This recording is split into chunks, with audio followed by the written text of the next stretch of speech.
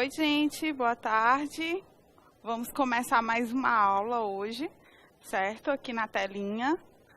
Muito bem, vamos lá. Hoje a gente vai falar de emergências neurológicas, certo? Essa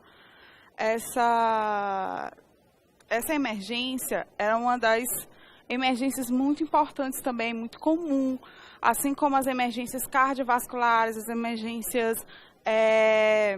emergências circulatórias, a emergência neurológica também faz parte e é uma das mais cotadas, né? É uma das que a gente mais precisa também estar ciente, também saber, justamente para saber como suceder diante de uma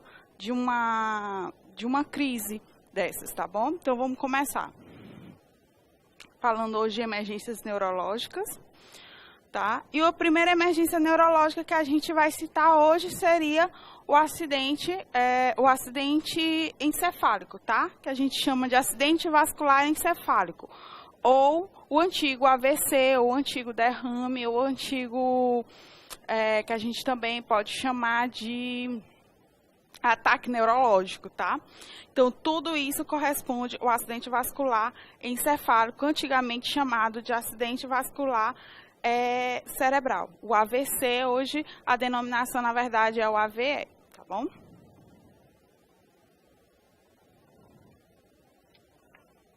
Então, aqui. Primeiro, o que seria o conceito de um AVE? Assim como a isquemia, assim como o infarto agudo do miocárdio, o conceito de acidente vascular encefálico vai ser a mesma situação do AVE, tá? Isso. Então, seria a falta de irrigação sanguínea e oxigenação no cérebro, certo?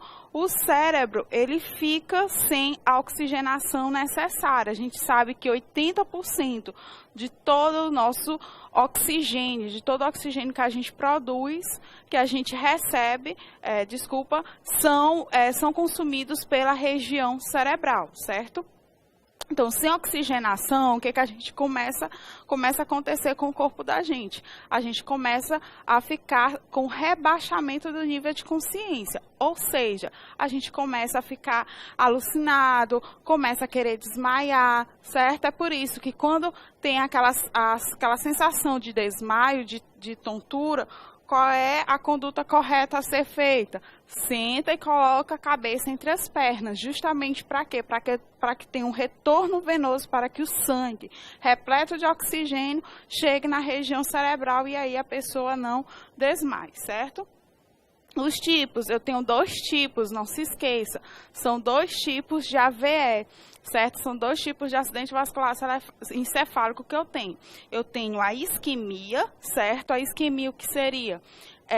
Seria uma obstrução, certo? É uma obstrução daquela área irrigada, assim como o infarto.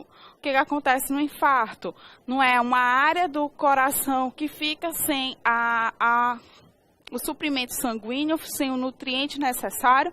A mesma coisa acontece aqui com o AVC, ou o AVE, antigamente chamado de AVC, que seria justamente uma isquemia, uma obstrução do suporte sanguíneo, certo?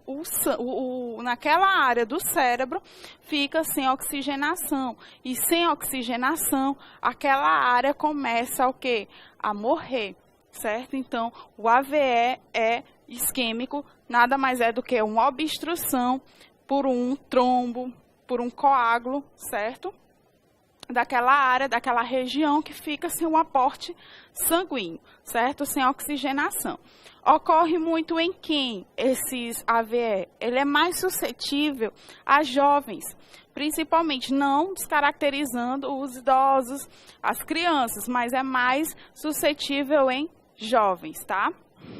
O AVE hemorrágico é o contrário, tá? O AVE hemorrágico não seria uma isquemia, mas seria a falta desse oxigênio, dessa nutrição, pelo fato de uma veia, tá? Uma veia ter, a grosso modo falando, se estourado, ou então rompido. Então, com o rompimento daquela veia, não há o que? A conexão para naquela área tá sendo irrigada, certo? A falta do oxigênio não seria pela obstrução, como é a isquemia, e sim por conta de quê? Da ruptura dessa veia, certo? Da ruptura dessa veia. Certo? Então, essa seria a diferença. Vamos lá. As causas que acontece uma isquemia. Como eu falei para você, a isquemia seria pelo fator de quê? De obstrução. Então, naquela área não está sendo irrigada por conta de uma obstrução. E a obstrução ocorrida por conta de quê? De um tromboembolismo arterial, por exemplo, formação de um trombo, certo? Com um êmbolo sólido, na maioria das vezes, que obstrui a artéria que irriga essa parte do cérebro, certo? Por uma placa de gordura ou de coágulo que se solta da parede dos vasos, certo? Pode ser também por uma placa de gordura. Por isso que é muito comum você chegar numa UTI, por exemplo, ou até mesmo no hospital, na urgência, e o médico falar, olha, aqui foi um AVC provocado por um trombo, ou então um AVC provocado por uma embolia, certo? Por conta de que soltou, a placa de gordura soltou da veia e foi para onde? No cérebro, certo? Não se esqueça que a gente tem um coração, certo? E um outro órgão, e um outro músculo que também funciona como coração, que é essa questão do músculo da panturrilha. O músculo da panturrilha, ele é um músculo que faz a contração justamente para o sangue retornar a esse lado superior, já que a gravidade puxa para baixo. Então, o que acontece? Ele também ajuda a empurrar não só o sangue, com o sangue também vai o quê? As placas de gordura ou os coágulos, certo? Que quando chegam, pode chegar ao cérebro, certo? E fazer o AVE isquêmico, beleza? As cardiopatias também podem ser causas que provoquem um AVE isquêmico, certo? Tudo que for doenças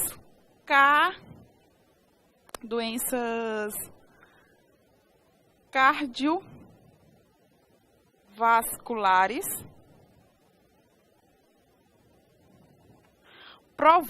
pode provocar também o AVE. Hipertensão arterial, né? Cardiopatias, por exemplo, insuficiência cardíaca, certo? Aguda ou crônica. Uso abusivo de drogas como a cocaína, porque a cocaína é um órgão que faz com que o coração trabalhe mais, podendo provocar o quê? O AVE isquêmico, certo? E dentre outras coisas, mas as principais seriam essas. E a hemorragia? A principal causa, o que mais provoca o AVE hemorrágico seria o quê? A hipertensão arterial. O que seria a hipertensão? Não seria o aumento dessa pressão arterial? Então, a pressão com que o sangue invade essas artérias não seria tão grande a ponto de romper o quê? Romper aquela artéria que irriga o coração. E esse rompimento nada mais do que provocaria o quê? O AVE hemorrágico, certo?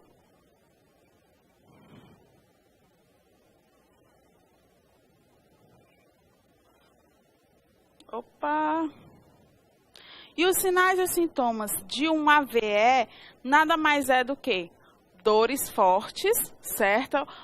A vítima sente muita dor de cabeça, muita mesmo, aquela sensação de náuseas e tem até mesmo o vômito, tá? E o AVE ainda pode provocar as convulsões e o coma, tá? Sendo que esse coma, ele vai ser o quê? Um coma provocado e não um coma induzido, certo? ele será um coma provocado. Então, não se esqueça, essas aqui são principalmente a dor de cabeça.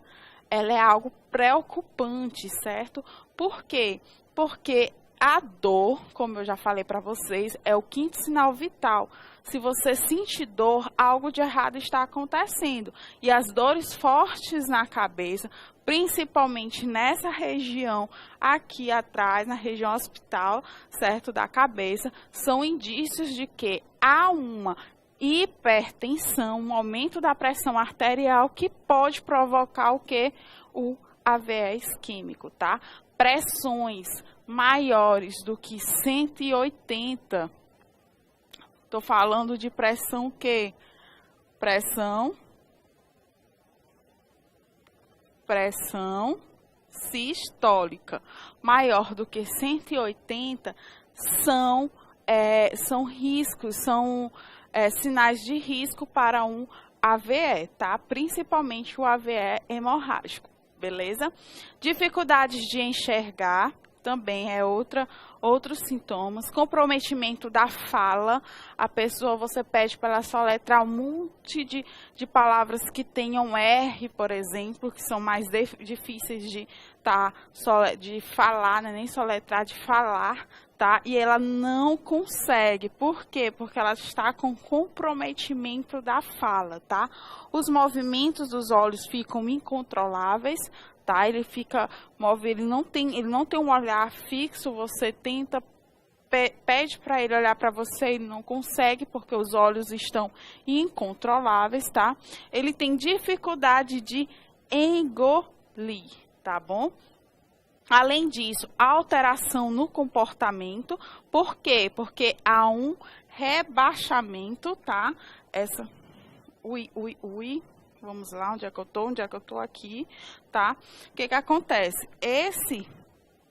Essa alteração no comportamento nada mais é do que um rebaixamento do nível de consciência, tá? Tá aí no material de vocês, tá? Isso aí tem no material, tudo que eu tô falando para vocês aqui tem no material de vocês.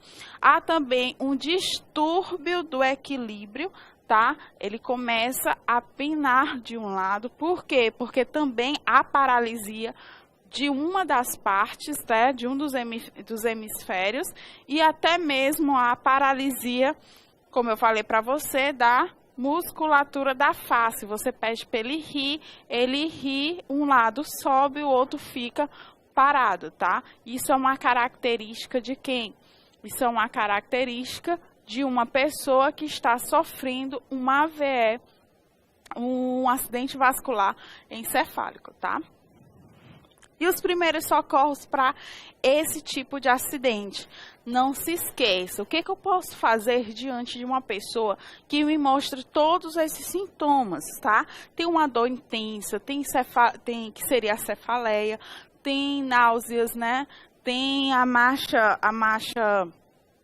pendiosa, tem na hora que ele ri, ele não consegue, uma das faces está paralisada, tem rebaixamento do nível de consciência. O que fazer diante de um acidente desse, diante de uma emergência dessa? Primeira coisa que eu vou fazer é o quê? Ligar para o SAMU, certo? Eu vou ligar para o SAMU, onde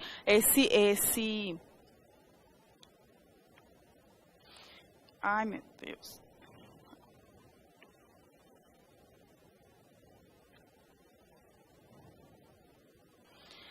Diante desse órgãozinho aqui, que é o que mais cuida desse tipo de casos, emergências clínicas, eu ligo para o SAMU, onde o médico regulador vai me orientar o que eu devo fazer, tá? Caso não haja um transporte adequado para levar o idoso ou a pessoa ao atendimento mais rápido. Se você tiver o transporte adequado para estar enviando essa pessoa para o hospital, que é a emergência. Isso aqui, gente, não é uma urgência, não. Isso aqui é uma emergência. Emergência neurológica. O AVE sempre vai ser, a gente vai tratar ele como uma emergência. Por quê? Porque se não tratado de imediato, a pessoa começa a ficar sem oxigenação cerebral. E a gente sabe, depois de 3 a 5 minutos sem oxigenação, aquela pessoa pode ir a óbito, né? Pelo menos o óbito desse órgão, tá bom? Acalmar e repousar a vítima. Por que que eu vou acalmar e repousar a vítima? Porque quando eu acalmo e repouso a vítima, ela tem mais probabilidade de organizar, certo? O seu sistema fisiológico, ou seja, a pressão, ela tende a não aumentar, pelo menos estabilizar do jeito que está. A respiração, a mesma coisa, tá? E com isso, como ela não vai forçar, então ela pode ter um prognóstico até melhor, certo? Outra coisa que eu vou fazer, afrouxar as suas roupas. Se ela tiver com gola subida, a roupa for gola subida, você vai afrouxar, certo? Até porque essa pessoa, se ela tiver uma parada, você sabe que tem que deixar o peito dela desnudo justamente para você fazer as ressuscitações cardiopulmonar, se ela entrar em nível de inconsciência, tá bom? Nunca dar líquido a essa vítima. Gente, isso aqui é o que você vai ter que ter prioridade. Por quê?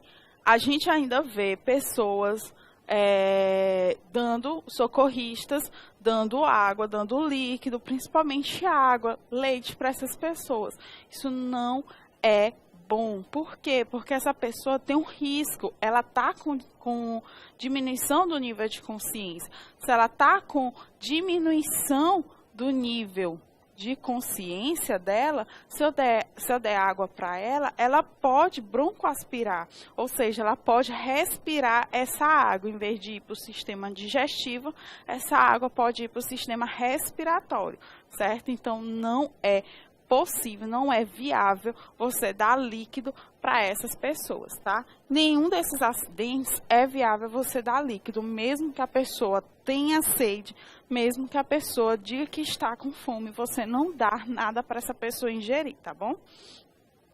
Transporte ao hospital seria o mais rápido possível, como não se trata de um traumatismo, ou seja, não tenho risco de lesão de cervical, eu não tenho risco de prognóstico, não tenho fratura neste caso, então o próprio socorrista pode estar encaminhando essa pessoa ao pronto-socorro, tá bom? Ao socorro especializado. Não é necessário você ligar para o SAMU, mas é necessário só se você não souber também o que fazer diante de um caso como esse, ou se você não tem o transporte. Mas sabendo agir, você corre logo e vai ao hospital, tá bom? Essa daqui seria uma característica para você, só para você ter uma ideia de como é que essa pessoa ficaria, tá? Como é que seria a questão visual, a questão do rosto, né? Para você ter noção. Você vê aqui a diferença do lado direito para o lado esquerdo, tá? O lado direito, você vê que é o lado que está paralisado, que é uma das situações que a gente encontra no AVE, tá? É uma das principais, se eu posso dizer para você, um dos principais sinais que a gente pode estar observando e de cara, não, com certeza ele pode ter uma AVE aí, tá? Que seria a ausência de quê? De rugas. Você vê que no lado direito há uma ausência de rugas, já no lado esquerdo, quando ele levanta a sobrancelha, você pede para levantar, ele levanta, certo? Só que o lado paralisado, claro, não vai levantar, então vai ter ausência de rugas, você já pode estar visualizando isso. A incapacidade de fechar o olho, certo? Ele fecha, mas um dos olhos não fecha, certo? Por quê? Porque ele não funciona. Esse órgão está paralisado. E você pede para ele rir, na hora que ele ri, um lado ri e o outro fica paralisado, certo? Então, é uma das principais características, certo? Alguma dúvida? Não, né? Então, vamos continuar.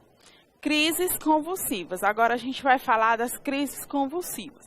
Essa emergência, ela é uma emergência também comum, tá? Mas ela é mais comum ainda em crianças, tá? Ela é mais comum ainda em crianças, principalmente quando essas crianças têm um pico de febre muito alta, não descartando as outras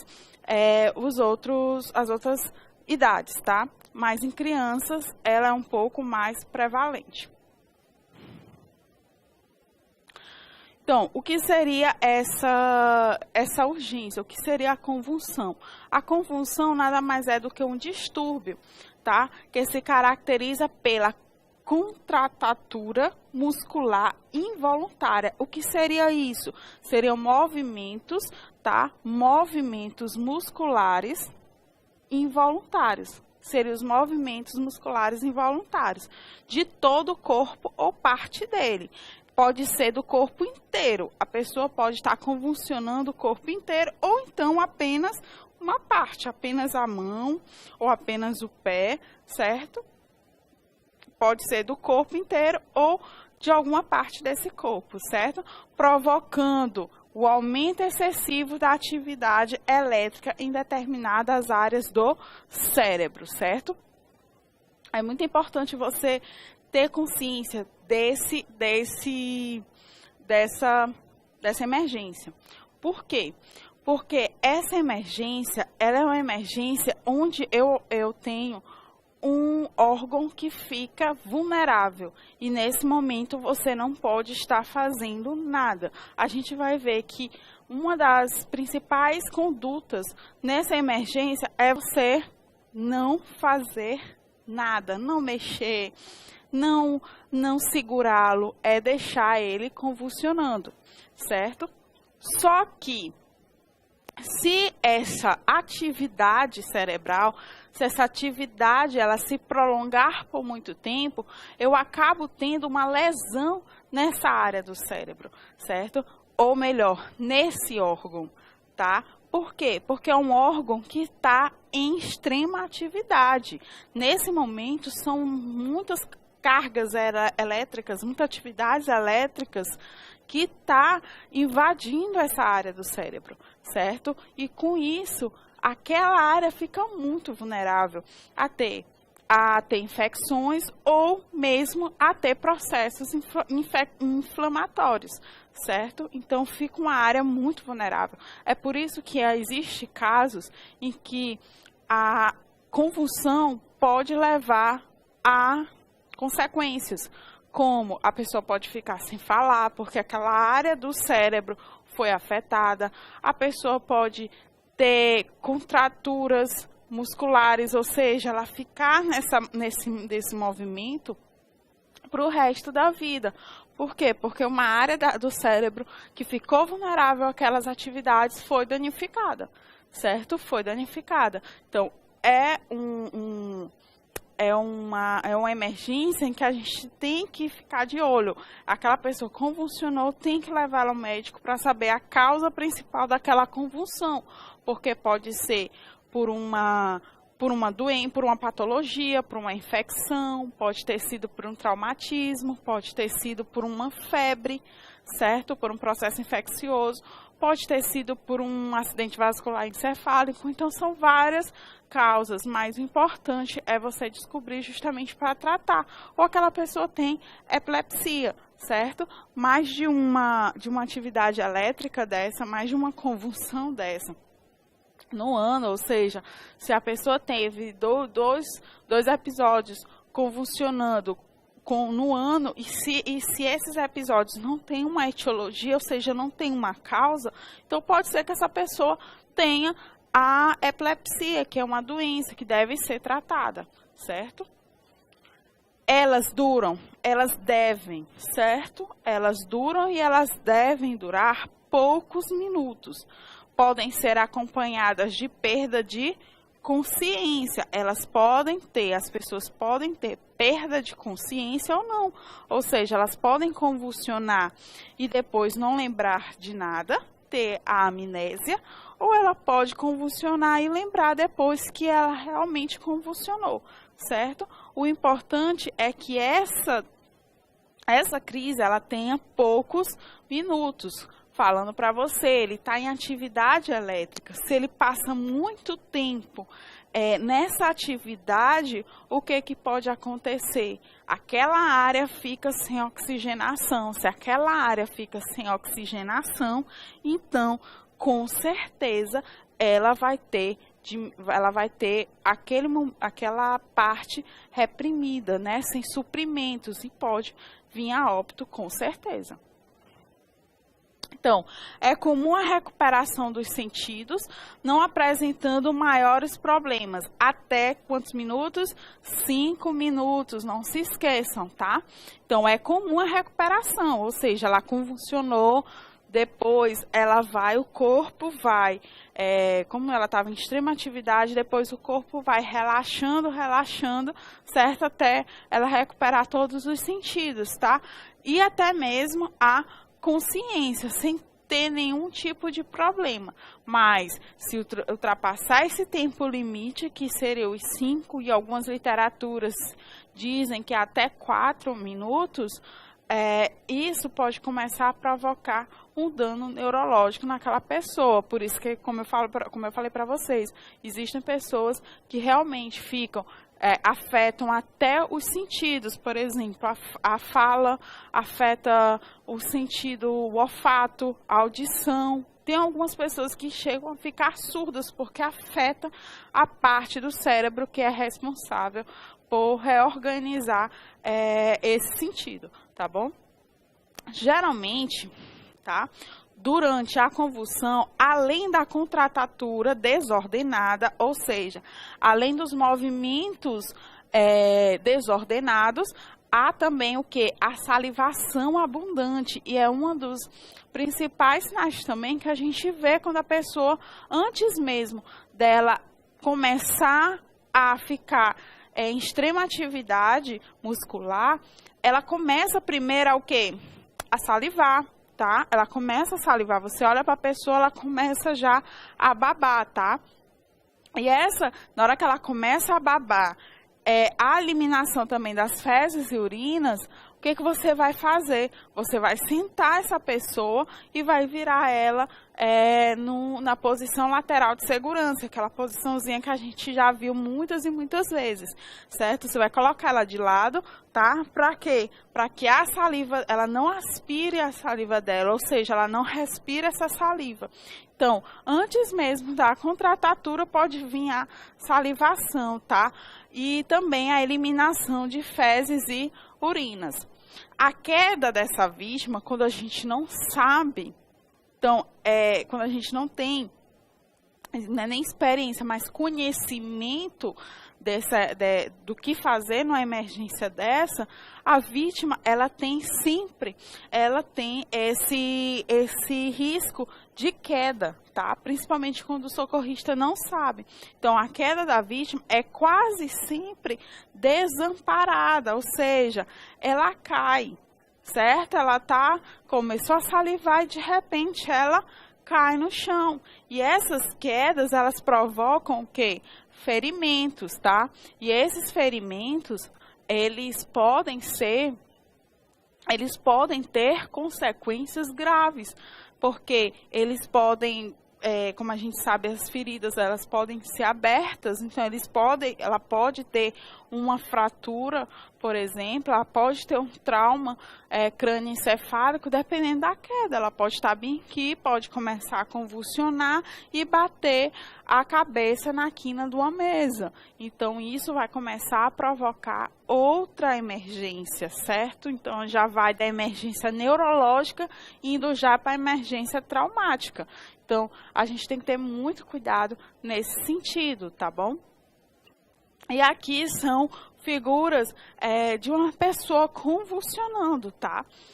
E às vezes a convulsão, você vê que ela começa a babar e começa a contratatura muscular, e também os movimentos de cortificação e desaceleração, certo? Descerebração, desculpa. Que seria esse movimento aqui, ó. Isso aqui seria uma convulsão, seria 2 movimentos, tá? Comuns numa convulsão, que a gente chama desse tipo, quando eu envolvo o corpo todo, eu chamo de convulsão, convulsão generalizada. A gente vai já ver isso agora na classificação das convulsões. Eu tenho dois tipos de classificação, tá? A convulsão parcial, tá bom? E a convulsão generalizada. Como o próprio nome fala, convulsão parcial. Olha aqui essa figura aqui, ó. Convulsão parcial seria uma parte do cérebro está convulsionando, certo? Apenas uma parte dele. Já generalizada, todo o cérebro está em atividade elétrica, certo? Todo o cérebro está em atividade, não só uma parte dele, mas todo ele, tá? Então, as parciais, ou também chamadas de focais, tem lá no livro de vocês, na apostila de vocês, só um segundinho.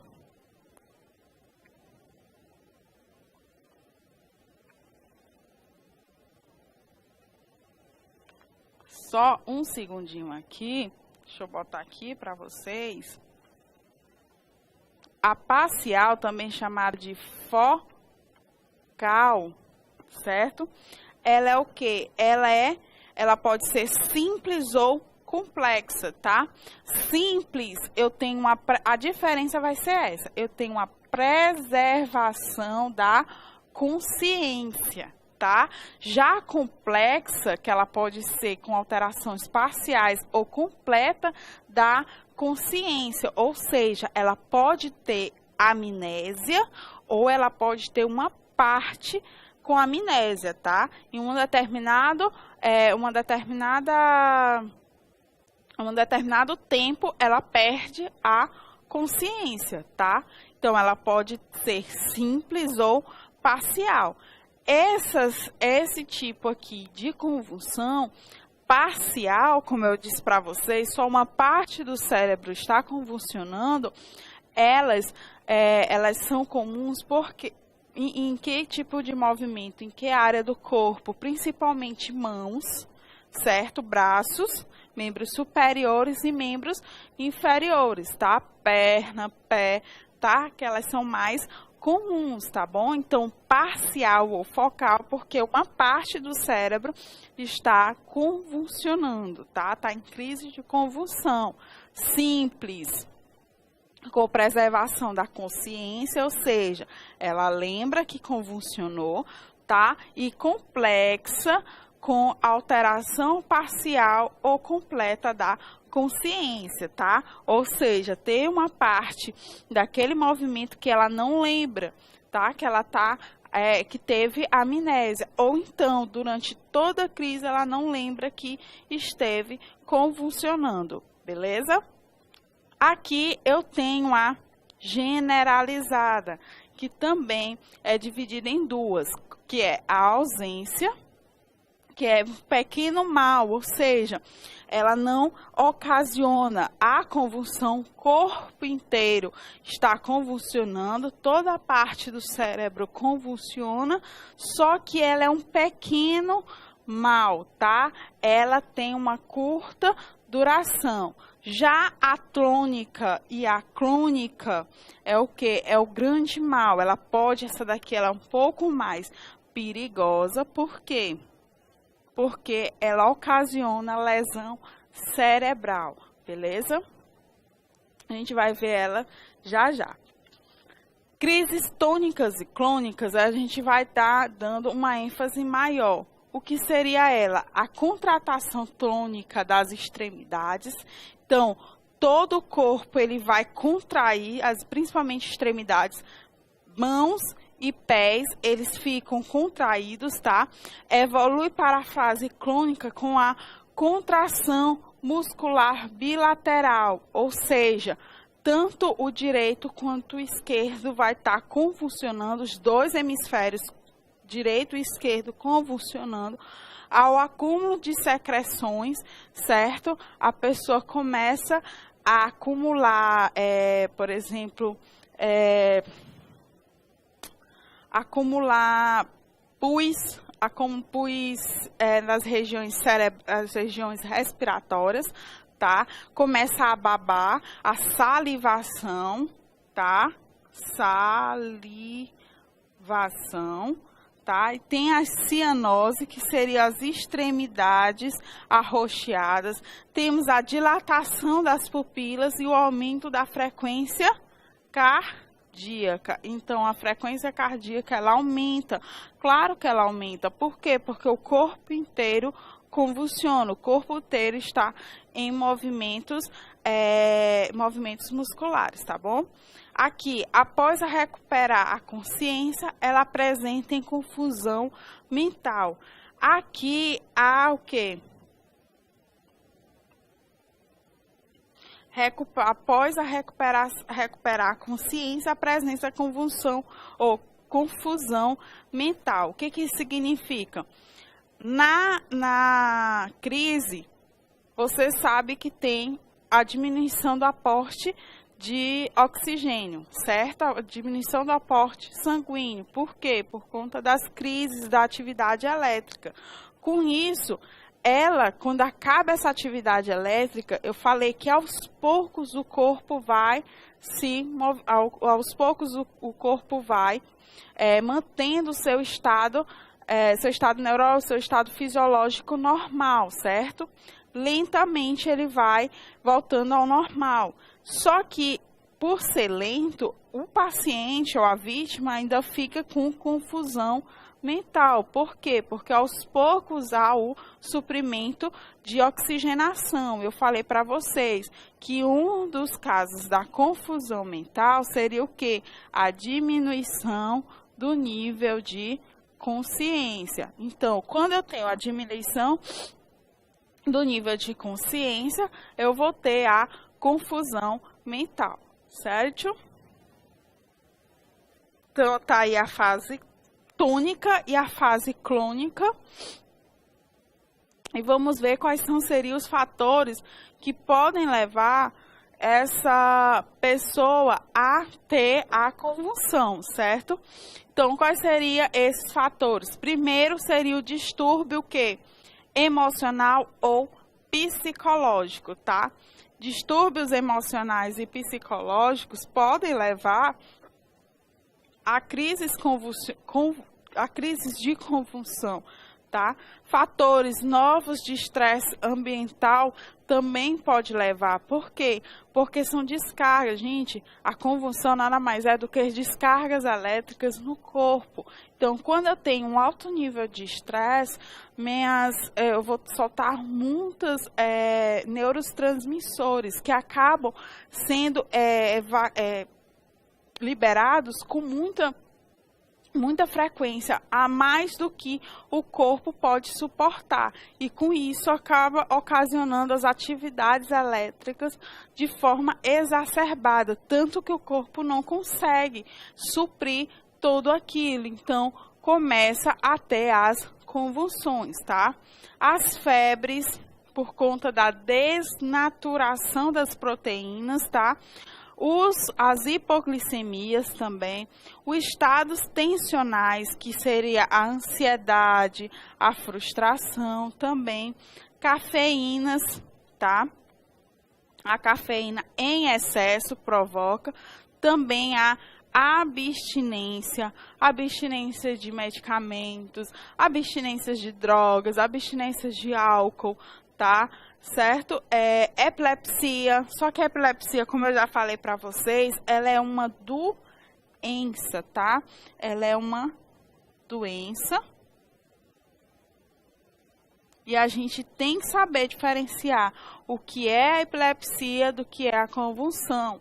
Não é que a pessoa está convulsionando que ela tem epilepsia.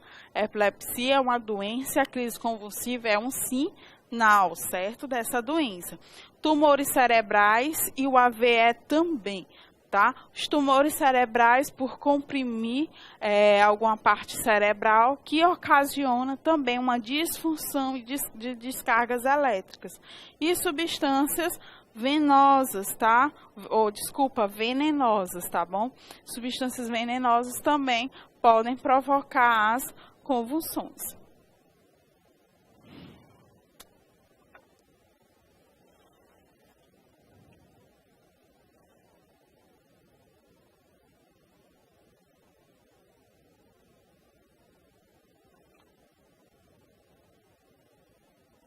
Pronto. Convulsões e epilepsia são a mesma coisa? Não, como eu falei para vocês, convulsão é um sintoma, você pode até falar isso, convulsão é um sintoma e epilepsia é uma doença. Então, vamos lá, o que seria convulsão e o que seria epilepsia? Convulsão nada mais é do que um evento autolimitado, ou seja, a pessoa pode convulsionar apenas uma vez, convulsionar uma vez na vida. Tá? Por conta de uma febre, por exemplo, teve uma febre na infância e convulsionou. Teve a desnaturação das proteínas e convulsionou. É um evento autolimitado, é uma convulsão. É um evento autolimitado. Pronto, convulsionou, acabou. Tá? Tratou a febre, acabou. Várias doenças podem ser a causa, tá? São várias doenças que podem ocasionar o quê? A epilepsia, como eu já falei para vocês, o tumor cerebral pode provocar a epilepsia ou a convulsão, certo? Um AVE, um acidente vascular encefálico, tá? Então, assim, ela é mais um sintoma ou um sinal de que algo está errado dentro do órgão daquela pessoa, certo? O tratamento deve ser básico. Na verdade, você não vai tratar a convulsão, você vai tratar a causa dessa convulsão, certo? Aqui, tratamento é básico, por quê? Porque você não trata a convulsão, você vai ter uma conduta para aquela emergência clínica, mas você não vai tratar aquela convulsão, certo? Você vai tratar, na verdade, o quê? Você vai tratar a causa principal, a causa raiz desse agravo, tá? Dessa emergência. Já a epilepsia, não. A epilepsia são crises repetitivas, tá? Tendo como sinal o quê? A convulsão. Um dos sinais principais da epilepsia é a convulsão, tá? E você tem quantas convulsões? Mais de 3 convulsões por ano. Sem uma etiologia, ou seja, sem ter uma febre, ou a pessoa pode até ter tido uma febre alta, convulsionou, mas a outra convulsão dela já foi outra causa, uma causa desconhecida, então pode se suspeitar de epilepsia, por isso que o médico faz uma série de exames, tá? É uma doença neurológica de origem o quê? Cerebral, tá? Ela é uma doença neurológica de origem cerebral, ela é uma doença, ela é uma patologia, tá? Diferente da convulsão, tá bom? É um medicamento ela é tratada com medicamentos antiepiléticos, certo? Ao longo prazo, tá? Ela é tratada com medicamento epilético a longo prazo, beleza?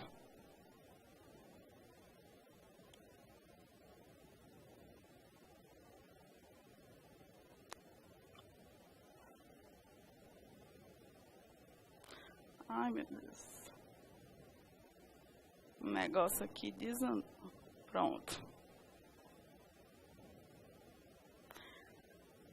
Então, aí, gente, tá a diferença entre convulsão e epilepsia, tá? Não esqueçam.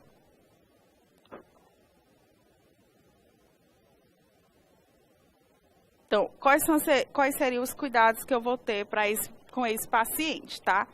Muito cuidado nos cuidados que eu devo ter com esse paciente. Primeiro, eu vou fornecer privacidade, protegendo ele dos curiosos, tá? É muito comum, tudo que é diferente, tudo que é novo, as pessoas ficam observando, ficam de olho, tá? E assim, de certa forma, quando a pessoa está passando por uma crise dessa, para aquela pessoa, para aquela vítima, ela sente muita vergonha daquele momento, tá? Mas assim, nós como socorristas, a gente preserva muito a integridade dessa pessoa, não só a integridade física, mas também a psicológica dela. Então, nesses casos, a gente fornece a privacidade para essas pessoas, tá? A maior privacidade possível dela, protegendo ela de todo e qualquer curioso, tá? Protege também, principalmente a cabeça. Por quê? O que foi que eu falei para vocês durante a aula? Que é comum a queda dessa pessoa, principalmente quando o socorrista não sabe dos sinais e sintomas, não tem o conhecimento necessário. A pessoa começa a babar, começa a salivar, começa a revirar os olhos, ele não sabe o que fazer, certo? Quando você não tem experiência, quando você não tem um conhecimento, você não sabe. Essa vítima, naquele momento, ela tende a cair, você não pode fazer nada, porque você não tem o conhecimento necessário, tá? Então, como vocês já estão sabendo, como vocês já estão estudando isso hoje, então, veja, proteger a cabeça contra qualquer tipo de traumatismo que pode vir a afetar essa pessoa, tá? Depois, afrouxar as roupas apertadas, tá? Para deixar ela bem à vontade, para nada ficar apertando, reprimindo, tá? Essa pessoa, fazendo com que o corpo não tenha aqueles movimentos incontroláveis, tá bom? E afastar qualquer mobília ou objeto que possa ocasionar as lesões. Você vai simplesmente afastar, retirar qualquer coisa que possa provocar naquela pessoa qualquer agravo, tá? Você vai excluir, por exemplo, eu tenho uma mesa, uma cadeira, eu afasto e deixo ela à vontade, tá? Nada de ficar pegando em braços, pegando nas pernas, deixa ela à vontade, deixa ela contrair à vontade, tá?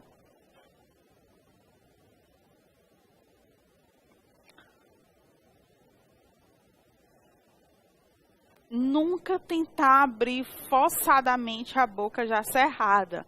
Ou seja, antigamente a gente tinha um costume que acabava por nos tornar a próxima vítima, tá? Porque antigamente a gente queria abrir a boca dessa pessoa, porque a vítima que está convulsionando, ela tende a embolar a língua.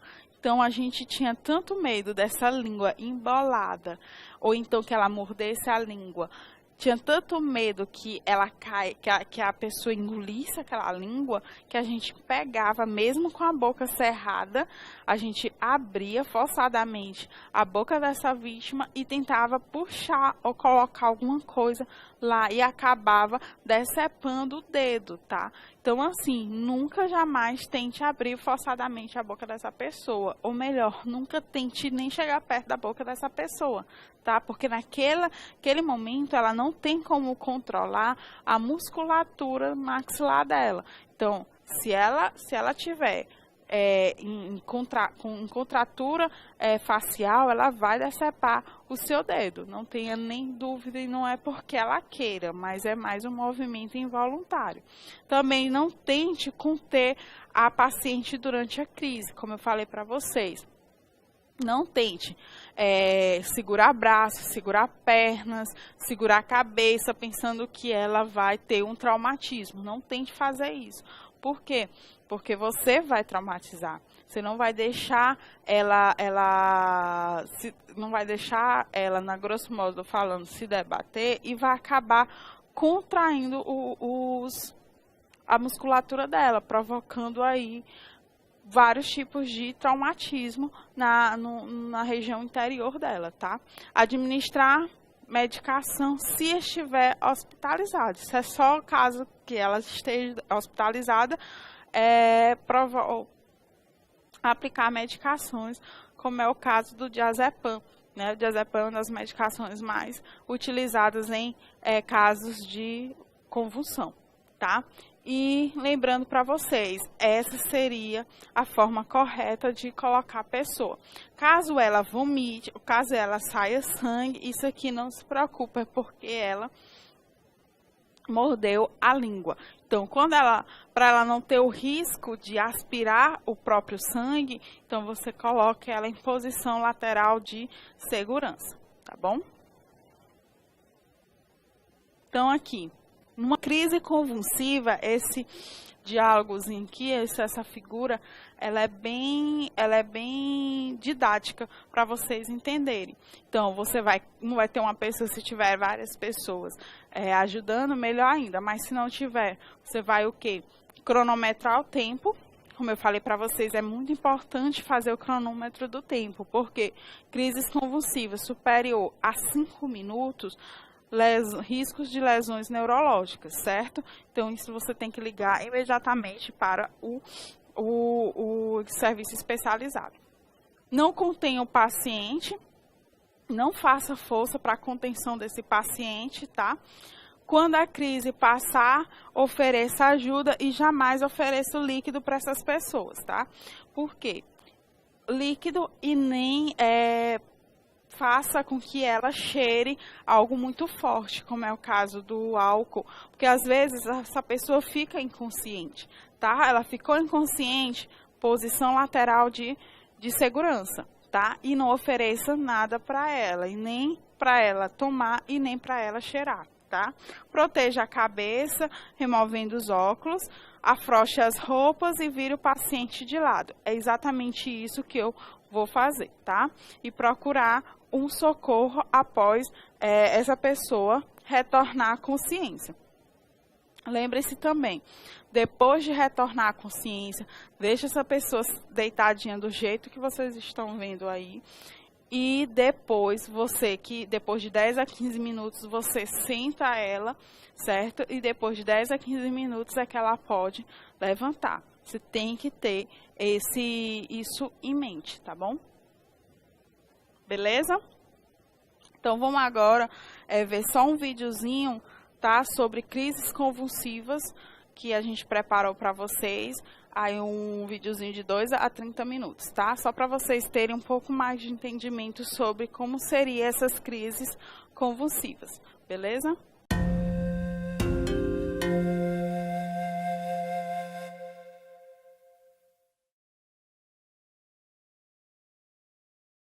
Neste vídeo, você vai aprender a prestar os primeiros socorros em uma vítima de crise convulsiva.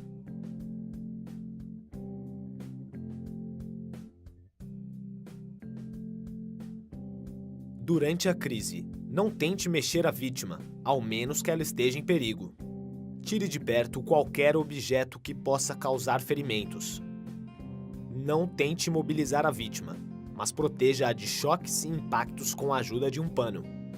Não coloque nada em sua boca, ela não vai engolir a língua. Depois da crise, se a vítima estiver inconsciente, incline sua cabeça para trás para garantir que as vias aéreas estejam livres de obstruções e verifique sua respiração.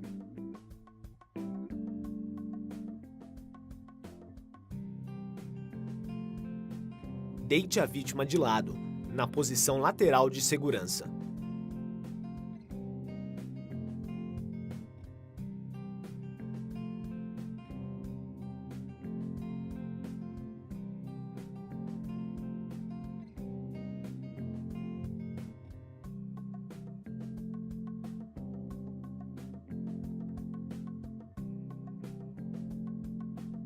Certifique-se de que ela esteja respirando normalmente. Acompanhe a vítima até que ela recupere a consciência. Isso pode levar alguns minutos. Chame os serviços de emergência e não deixe de informá-los se a crise tiver durado mais do que 5 minutos ou se houve mais de uma crise. Se a vítima for uma criança, se a vítima não tiver recuperado a consciência ou se esta for a primeira crise convulsiva da vítima.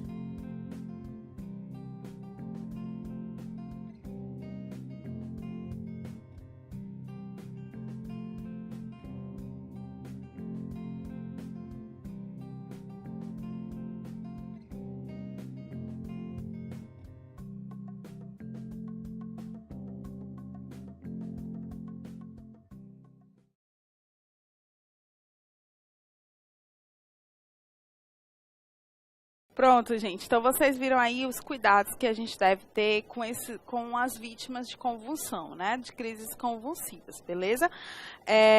E além mais do que eu falei, o vídeo também explicou muito bem os cuidados, tá? Eu só esqueci de falar para vocês que após as crises é muito importante que vocês chequem todos os sinais vitais, certo? Que sinais vitais seria isso? A temperatura, a respiração, se por acaso tiver o aparelho e souber verificar a pressão dessa pessoa, o pulso, justamente para a gente ter tudo isso em mente, para tudo isso já tudo detalhadozinho, para na hora do atendimento lá de urgência que essa pessoa vai, ou então na hora de uma consulta, a gente está explicando que após essa crise convulsiva, houve a normalidade dos sinais vitais dessa pessoa. Além disso, a manutenção também da temperatura, também como vocês viram, ela colocou o cobertorzinho justamente para ter esse contato de manter essa temperatura, né? Todo e qualquer acidente logo após, você tem que ter este cuidado que foi mostrado aí no vídeo para vocês. Beleza? Agora, a gente vai fazer a nossa atividadezinha de aprendizado para saber se a gente realmente conseguiu absorver tudo que foi repassado para vocês aqui em sala, tá bom? Então, aí uns 10 minutinhos para a gente fazer nossa atividade, tá bom? Oi, gente, aí, vamos lá. Eu quero os três polos comigo agora. E eu quero que o pré-norte, ele me responda, são 3 questões, então eu quero que ele responda a primeira questão, tá bom? Aí o pré-norte responde a primeira, o Júlia Nunes a segunda e o pré-sul a terceira questão, tá bom? A gente vai responder todo mundo junto aqui, tá certo? Então vamos lá. Primeira questão.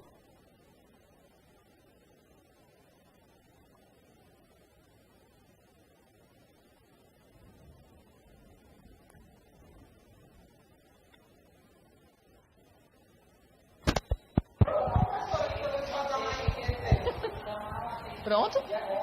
Pronto.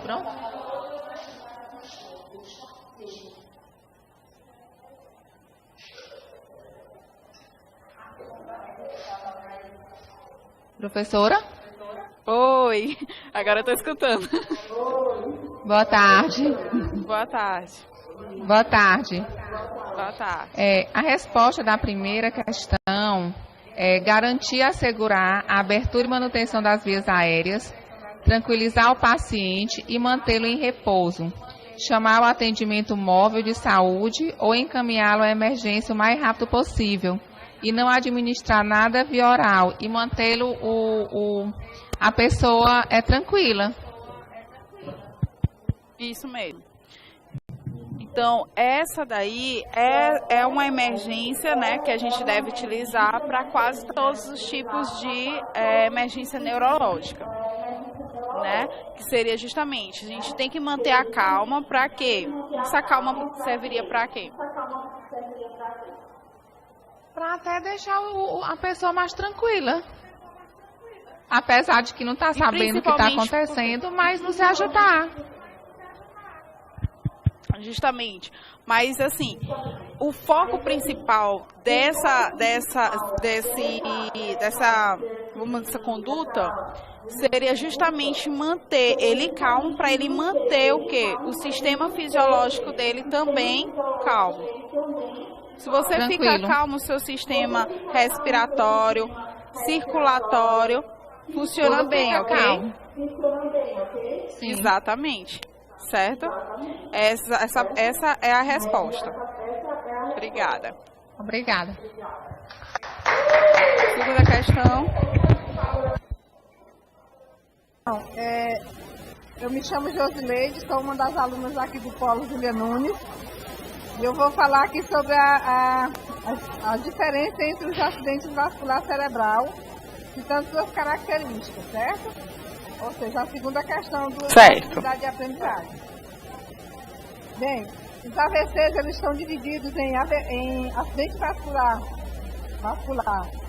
encefálico isquêmico e acidente vascular encefálico hemorrágico. O isquêmico ele é caracterizado por uma área de infarto cerebral, devido à interrupção do fluxo sanguíneo que acarreta em dano estrutural irreversível. Ou seja, eu sofri na pele esse tipo de problema na minha família. Eu perdi meu pai com AVC. Nós sofremos na pele essa situação aqui. A principal causa do AVC isquêmico é o tromboembolismo arterial, placas de gordura ou coágulos que soltam da parede dos vasos e oclusão de pequenos vasos, causando a interrupção sanguínea para aquela parte do cérebro. O AVC vascular, o AVE hemorrágico, ele ocorre quando a ruptura da parede de um vaso sanguíneo, provocando hemorragia cerebral, onde parte do cérebro fica comprometido pela falta de oxigênio, havendo aumento da pressão intracraniana. E essa é uma das situações de maior gravidade, por risco de compressão de áreas cerebrais responsáveis pelas funções vitais. Então, em qualquer situação, em qualquer momento onde qualquer paciente apresenta esse quadro, há uma necessidade de urgência, urgentíssima de atendimento. E quando feito de modo correto, embora deixe sequelas, alguns pacientes têm reversão do quadro. Não é assim? Isso. Pronto, então acredito que Essas características dessa questão 2 foram ditas, não foram? Foram, perfeito, tá? Foram respondidos tudo. E assim, você tocou num ponto muito importante que eu acabei por esquecer. Se você me perguntar qual o prognóstico desses dois acidentes que seria melhor,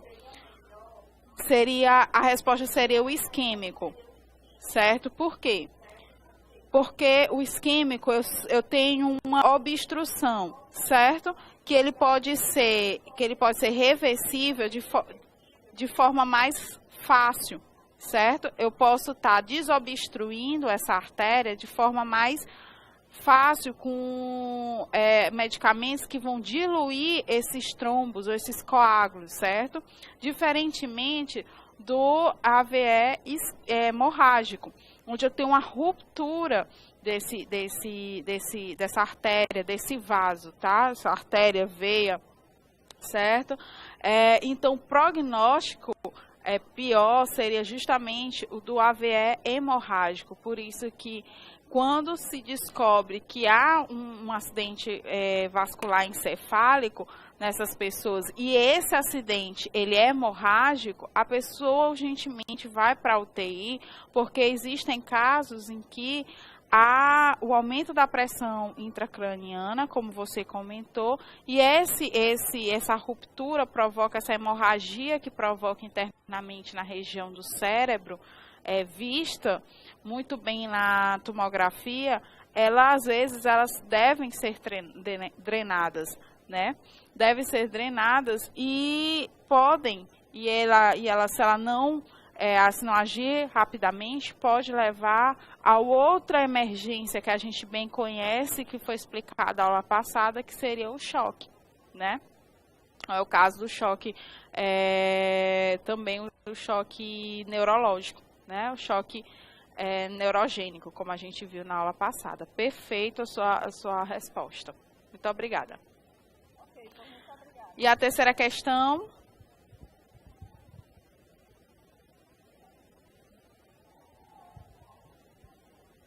A terceira questão a gente passa a bola para outro polo, viu?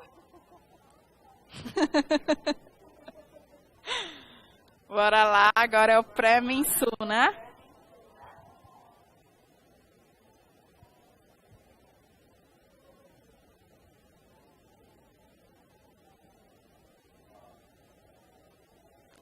Pré-mensu, cadê vocês?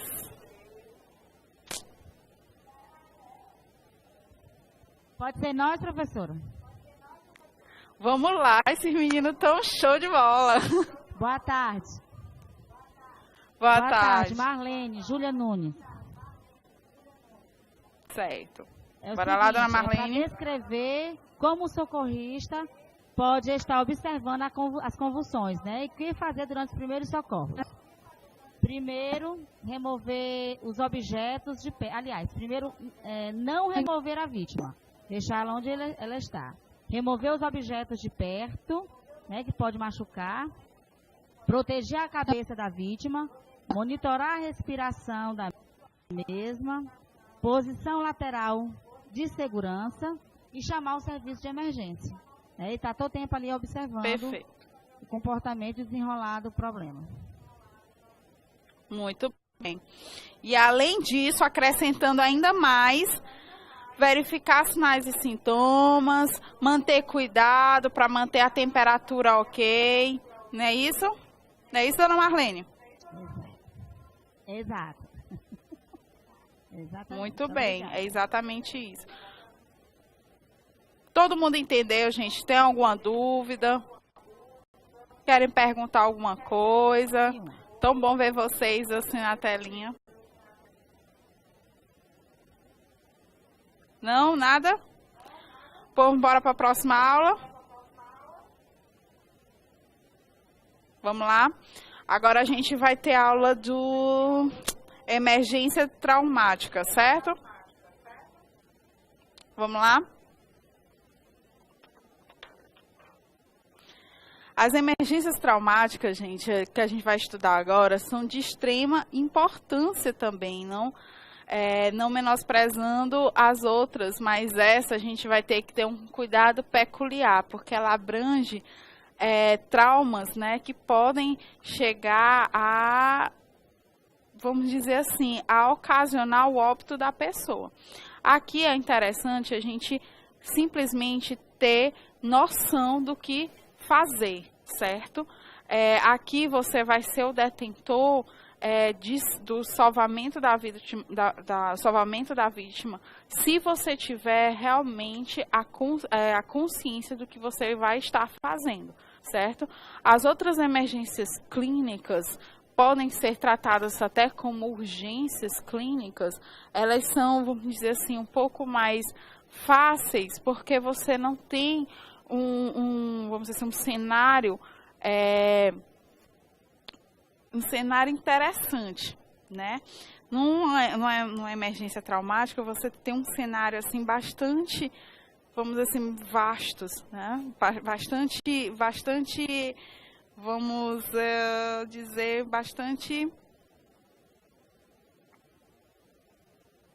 bonito, né? Para não dizer assim, um pouco de temor, de horror mesmo, certo?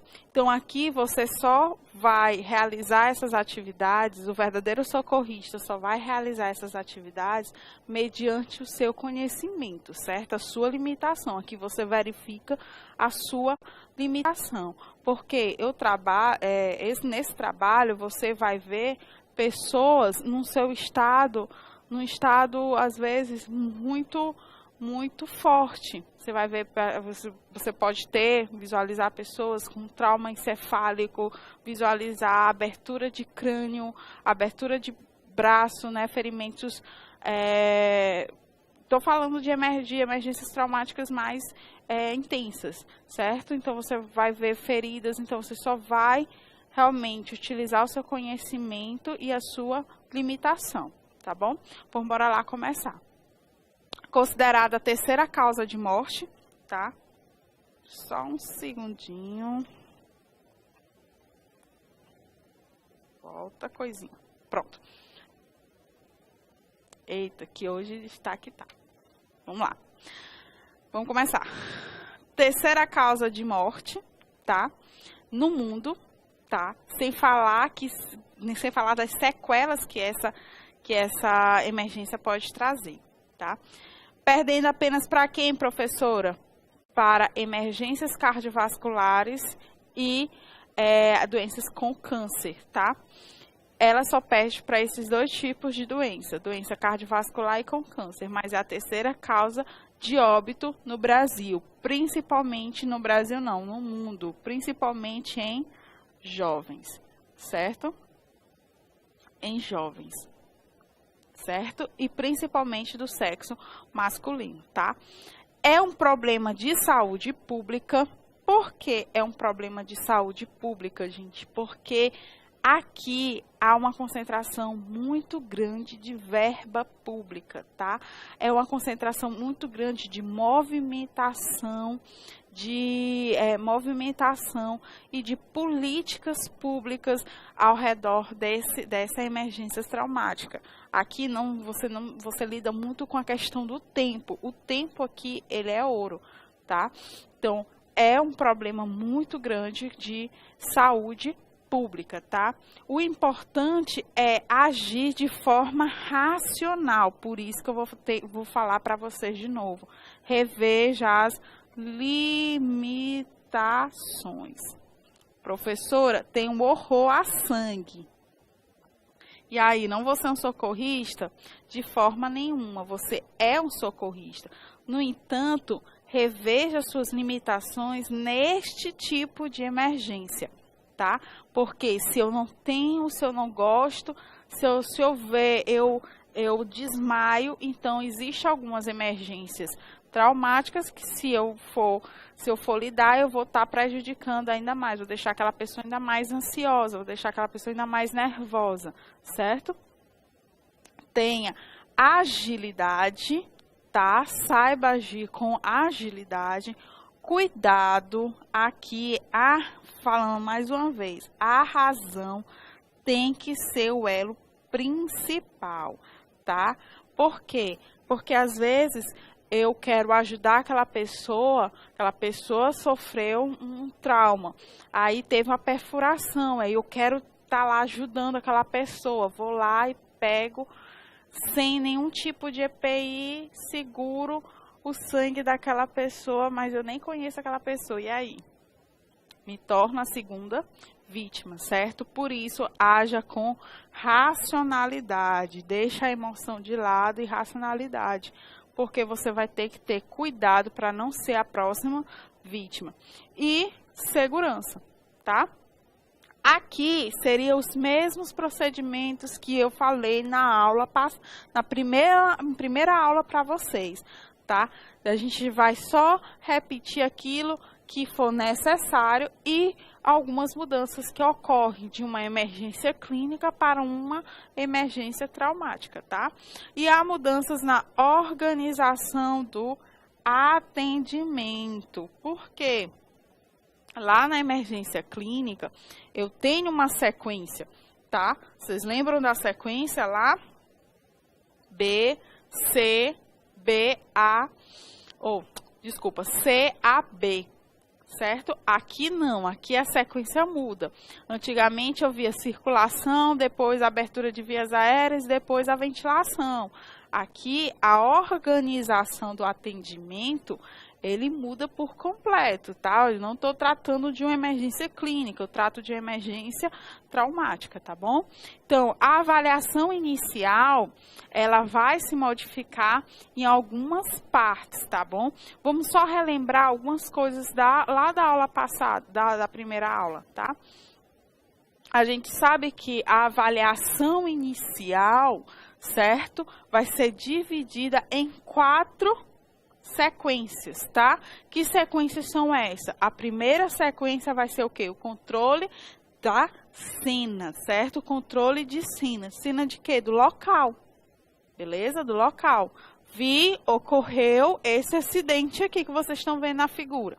Aconteceu esse acidente. Aí, o que eu faço? Saio do carro, vou logo socorrer aquela vítima, sem me preocupar se ali vai ter um desabamento, se ali vai ter uma explosão. Sei, o que eu faço? Claro que não, eu vou controlar aquela cena, saio, verifico se aquela área é segura, faço a sinalização e depois vou para os outros atendimentos, certo? A abordagem primária. O que seria essa abordagem primária?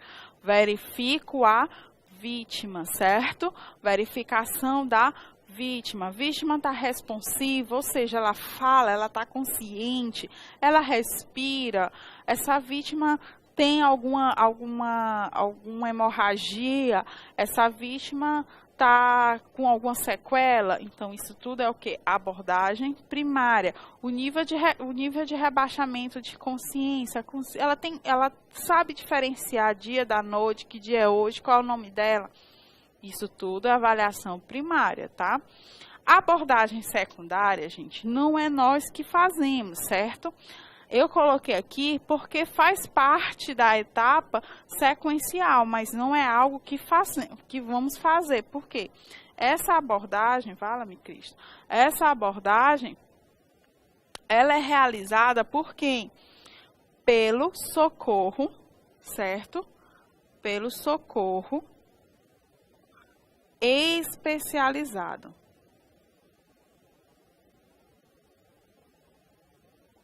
Pelo socorro especializado, beleza? Ele é realizado pelo socorro especializado. Depois eu vou ter a verificação dos sinais e sintomas e a escala de coma de Glasgow, que a gente também foi debatido lá na aula passada, tá? Os sinais e sintomas, que são os 5, quem seriam eles?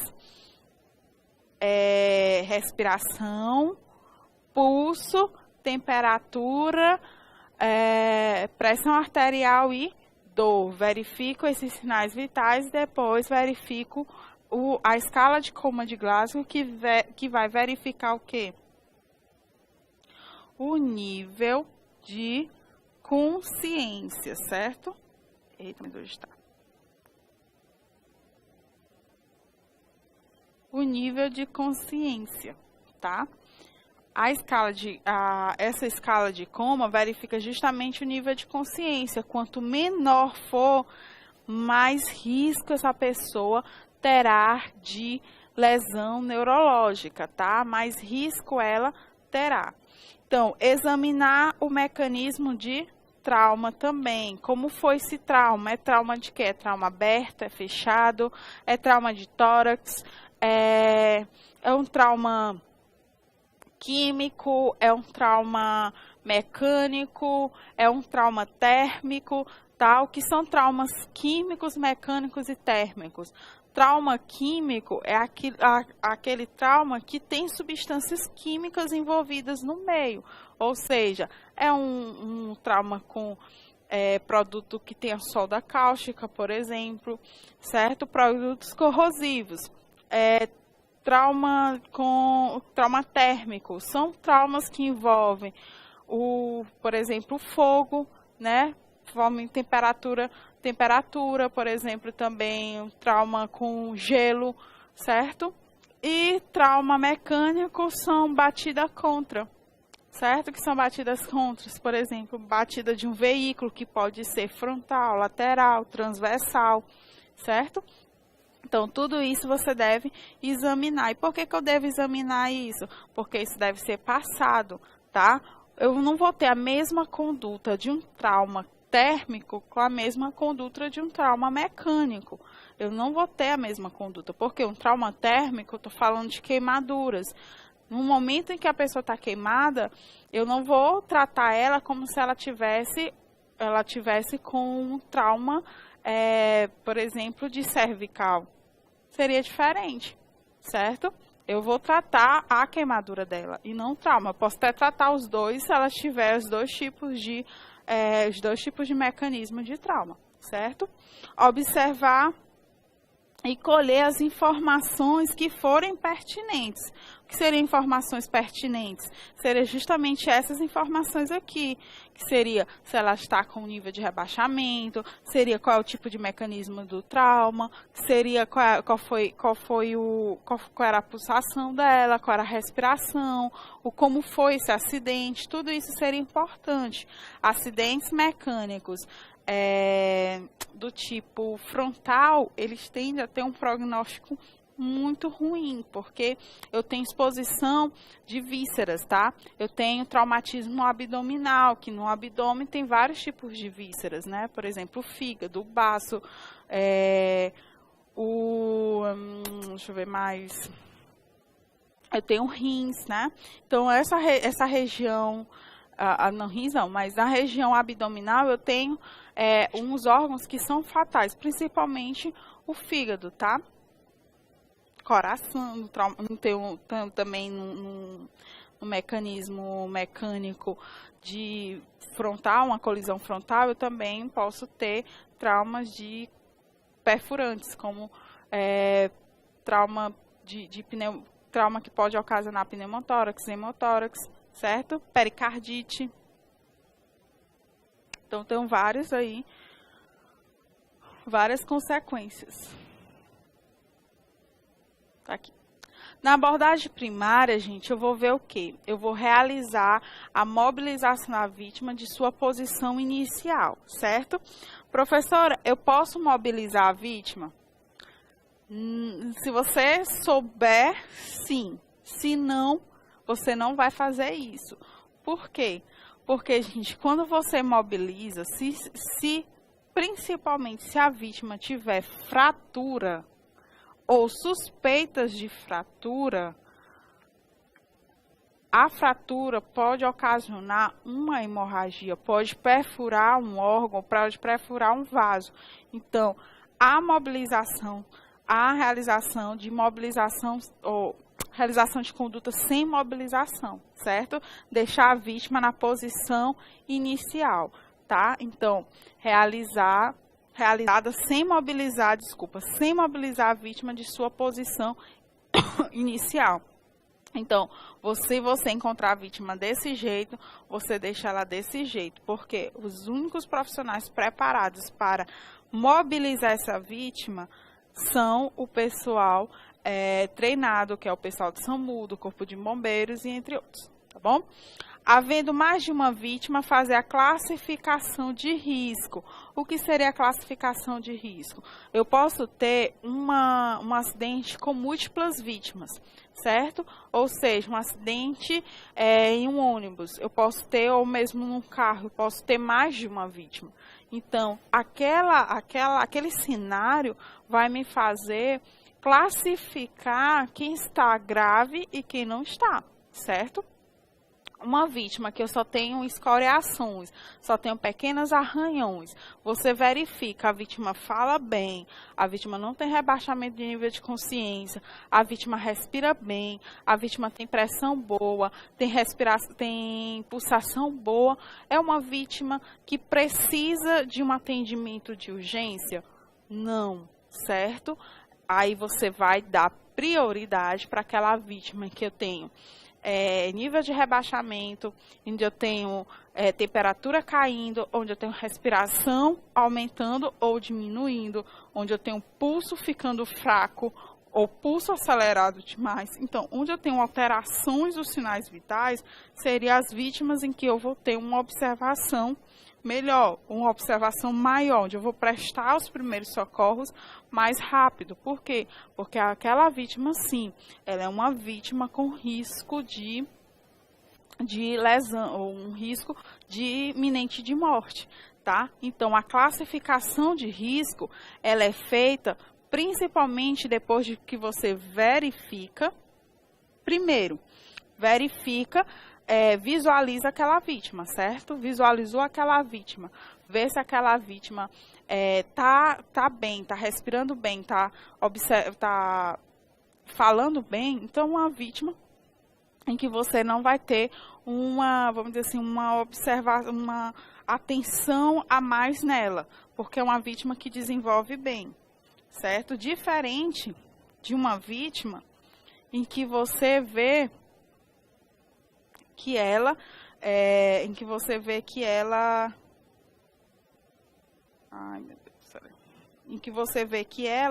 não desenvolve, ela não fala, ela não respira bem, certo?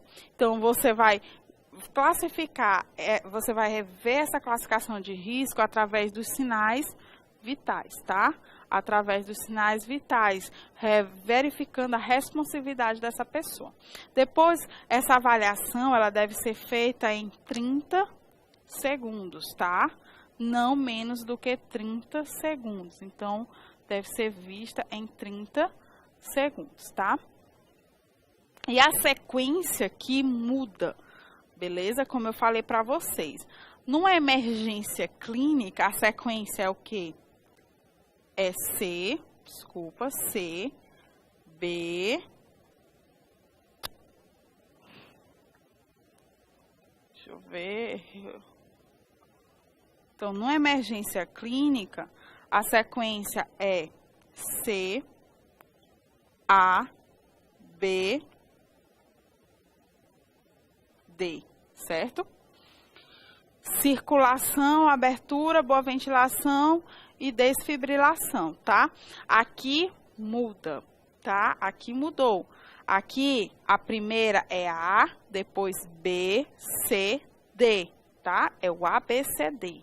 No trauma é A, B, C, D. Não esqueçam dessa sequência. Emergência clínica, PCR, falou em parada cardiorrespiratória, vinculada a atendimentos emergenciais, eu tenho o CAB, tá? O CABD. Aqui não tenho, falo de trauma. Toda vez que eu falar de trauma, não esqueçam, é ABCD. A, vias aéreas e controle de cervical. Gente, isso aqui é o mais importante, tá? Controle de cervical. Por quê? Porque se eu tenho suspeita de traumatismo, eu tenho suspeita de lesão de cervical. Se eu tenho suspeita de lesão cervical, eu tenho que fazer o monitoramento dela, tá?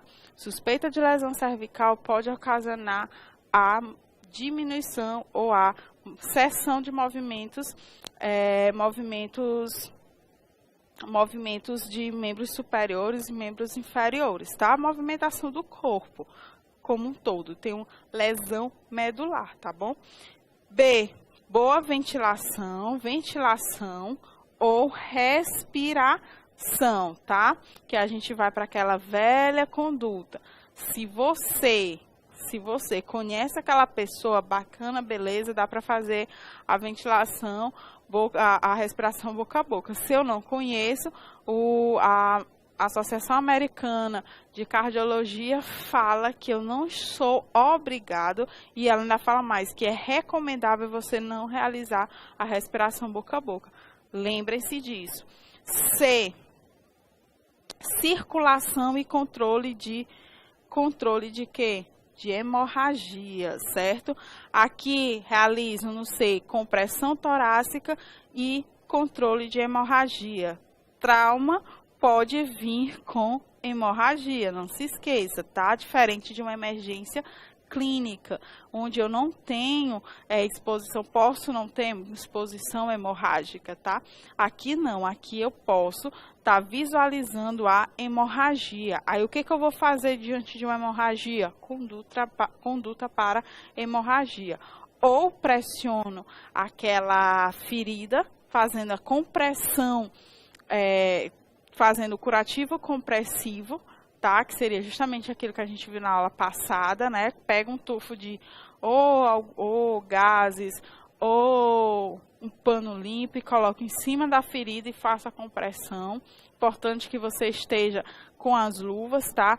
Ou eu tenho que comprimir aquela artéria focal. Se eu não tiver suspeita de fratura, elevo o membro. Se eu tiver suspeita, faço só a compressão. Certo? E depois a D é o que? A avaliação neurológica.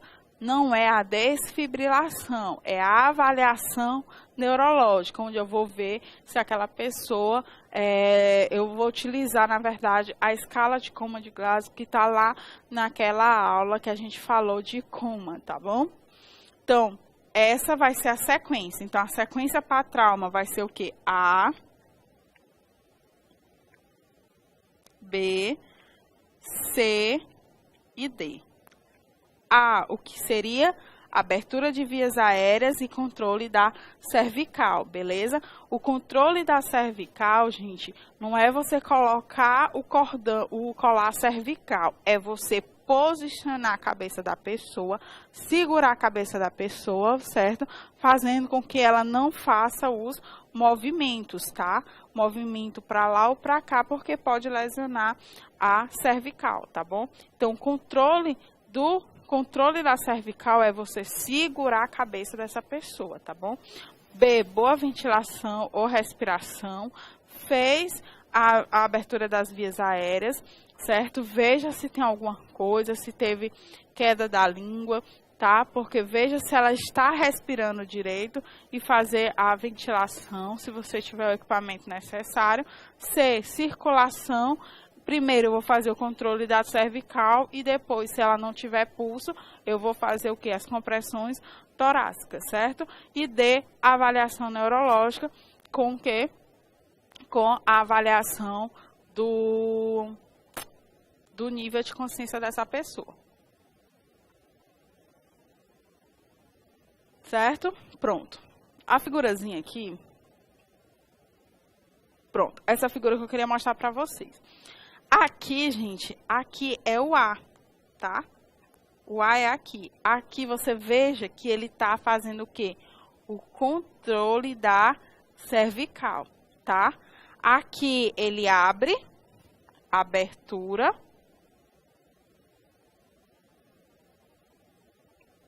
De vias aéreas, aí tem no material de vocês, tá? Mais explicado, impossível, tá?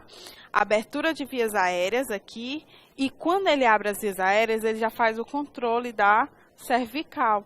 Veja aonde está os dedos dessa pessoa, tá? Você pode fazer segurando assim, ou seja, você vai segurar essa área da mandíbula da pessoa, certo? Fazendo com que ela não se mexa, tá? E segurar também o queixo dessa pessoa, segurar tanto essa parte aqui do pescoço da pessoa, quanto a mandíbula dessa pessoa, tá? Então, isso aqui é o controle da cervical, e aqui a abertura da vias aéreas, tá bom? Então, assim que eu controlo. Não tem um colar cervical, mas mesmo assim estou controlando, tá bom? É interessante que a gente tenha quantos socorristas? 2 socorristas, porque não tem como um socorrista fazer o controle, como é que se chama? A abertura das vias aéreas e ao mesmo tempo fazer o controle da cervical. Então, interessante é que tenha dois socorristas.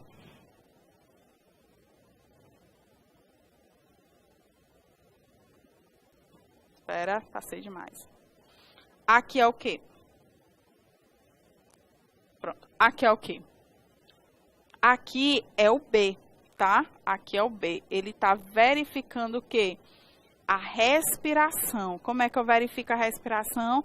Olhando para a região do tórax, certo? Essa região aqui. Verifica se ele está elevando a caixa torácica, se for em mulheres, ou então elevando o abdômen, se for em homens e crianças, tá? Verifica se ele está utilizando musculatura, a musculatura de acessório que a gente chama, que seria, por exemplo, os homens utilizando mais o tórax. Isso seria o quê? Isso seria uma forma de dizer que ele está respirando de forma errada, ou seja, pode ter algum traumatismo aí, certo? Fazendo isso, aqui seria o C, que seria o controle de quem? Controle da hemorragia, certo? Controle da hemorragia. Se ele estivesse inconsciente, essa figura, ele estivesse inconsciente, você estaria fazendo o controle da hemorragia e verificando o pulso dessa pessoa para ver se ela tem pulsação. Se ela tiver pulsação, beleza, ela está responsiva, beleza. Então, não precisa, só faz o controle da hemorragia. Se não tiver, realizar o quê? As compressões torácicas, certo? Aqui eu vou ter a classificação dos traumas, tá? Aqui os traumas, eles são classificados em fechados ou abertos. Classificação dele. Trauma fechado, como o próprio nome fala, são aqueles traumas em que eu não tenho uma ruptura de pele. Ou seja, esse caso bem aqui. eu não tenho uma ruptura de pele, mas eu sei que tem um trauma aí. Por quê? Porque a área fica com edemas, tá? Ela fica edemaciada ou então ela fica assim, com hematomas, tá? É visível você olhar os hematomas, por exemplo. Aqui, isso aqui tudo é traumatismo, tá? Isso tudo é foco de traumatismo. E trauma aberto, que seria o quê? A ruptura da pele devido ao impacto do local do trauma, tá? Como é esse caso aqui. Ó, você vê a ruptura e vê até eviscerações. Você pode até ver a parte do organismo, do corpo, indo para fora, certo? Então, é um exemplo de um trauma aberto, ou um trauma aberto, isso. Onde eu tenho a ruptura da pele, você pode até ter fraturas expostas nesse sentido aí, tá bom? Então, eu tenho dois tipos de trauma, o trauma fechado e o trauma aberto. Um sem ruptura da pele, certo? Mas eu posso estar visualizando que tem. E o outro, o trauma aberto, onde eu tenho uma exposição de tecido, tá? Ferimento é trauma? Sim, ferimento é trauma, tá? Todo tipo de ferimento pode ser chamado também de trauma, tá? Traumatismo de tórax, o primeiro que a gente vai observar hoje, tá? A gravidade dos traumatismos de trauma é diretamente proporcional aos tipos de lesões associadas a ele. Ou seja, o traumatismo de trauma em si, eles provocam, além da ruptura, né? Do que pode haver ruptura, ele pode lesionar uma parte ou uma visceração do corpo daquela pessoa, uma víscera daquela pessoa, certo? Ela pode ter um prognóstico ruim ou então pode trazer complicações. A pessoa pode ter um traumatismo de tórax que pode provocar um pneumotórax ou um hemotórax. Pneumotórax seria o excesso de ar dentro do tórax dessa pessoa, dentro dos pulmões da pleura dessa pessoa, e o hemotórax, o excesso de sangue, tá? Dentro dessa pessoa, ou seja, o pneumotórax entrou ar e o hemotórax foi sangue, tá? E é diretamente proporcional aos tipos de lesões que podem estar associados também a não só ao trauma. O trauma pode levar, por consequência, infecções que podem provocar pneumonia e entre outras coisas, tá? Pericardite e entre outras coisas. Nos traumatismos fechados de tórax ou contusões torácicas, não há solução de continuidade da pele. Por quê? Porque ele é fechado, ou seja, então não é visto o traumatismo, então às vezes não é observado, às vezes a gente não sabe. Aqui é que a gente tem que ter um pouco de cuidado, porque se você fizer movimentação naquela pessoa, ela pode ter tido, por exemplo, uma fratura de costela, certo? Se você não tiver cuidado, movimentar a pessoa de qualquer jeito, aquela fratura pode perfurar o órgão, provocando uma contusão, provocando um pneumotórax ou um hemotórax, certo?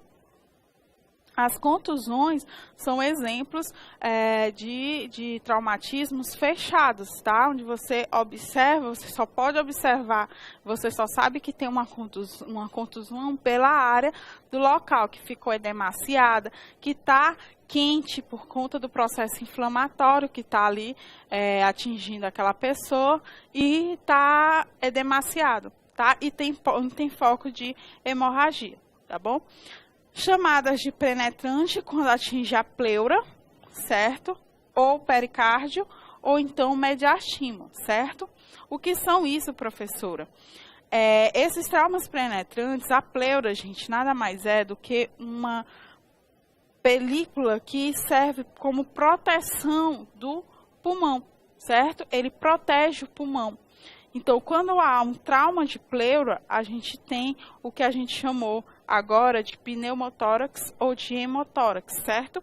Quando eu tenho um trauma que atinge a região do pericárdio, que é essa região que protege também o coração, a gente pode ter o pericardite, e o mediastima é a área frontal do coração, certo? Que pode ser também, que é atingida também num traumatismo, principalmente traumatismo frontal, tá? As complicações que eu tenho do traumatismo torácico seria a pneumotórax e o hemotórax. O que visualiza nesses dois traumatismos seria o quê? A respiração. A respiração no pneumo e no hemotórax, você vê que seria uma respiração paradoxal. O que seria uma respiração paradoxal? Uma parte do peito fica abaixada, enquanto uma parte do tórax fica abaixada, enquanto a outra se levanta. Então, há um movimento, mais ou menos assim, que ele é desconvexo, certo? Que ele é diferenciado entre os dois lados. Então, nesse caso, qual seria a conduta? A conduta, nesse caso, seria principalmente ter cautela, estar calmo e agir com rapidez, certo? É aquilo que eu falei para vocês. Se você não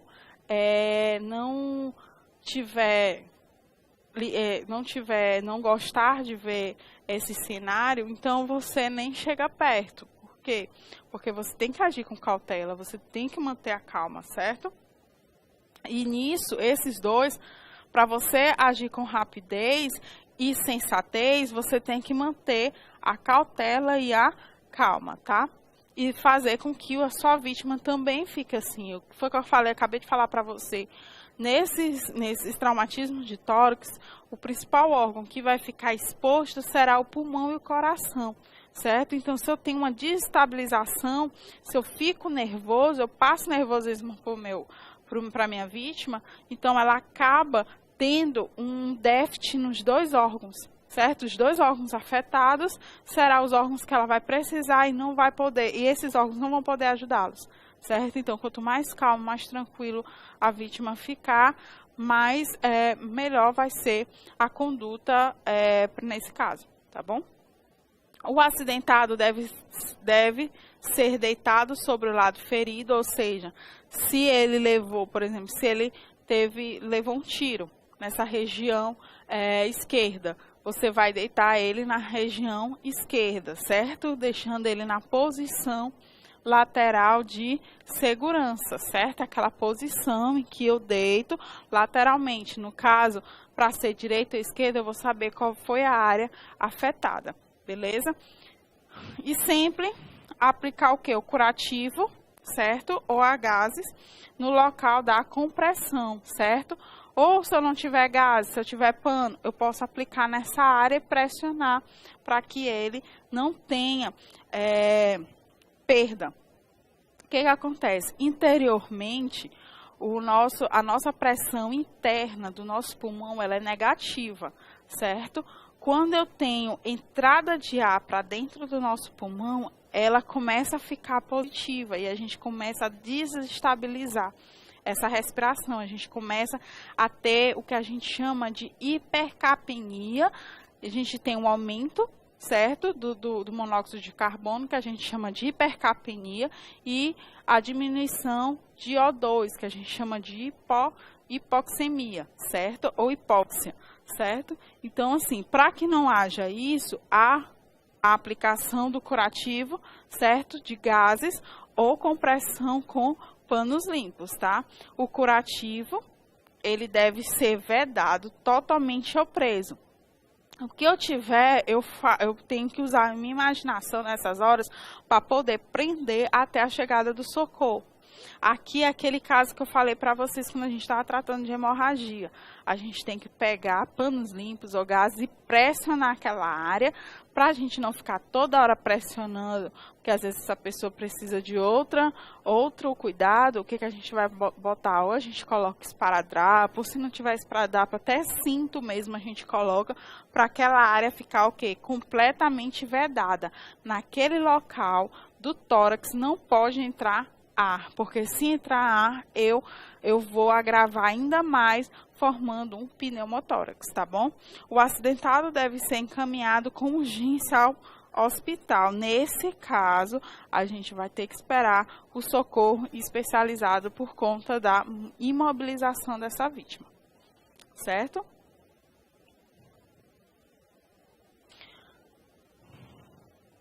Então, a gente vai agora para o intervalo e na volta a gente termina controle, ou a gente termina a emergência traumática e faz exercício e depois começa a emergência psiquiátrica, tá bom? Então a gente vai para o intervalo agora e depois, daqui a pouco, meia horazinha, a gente volta, certo?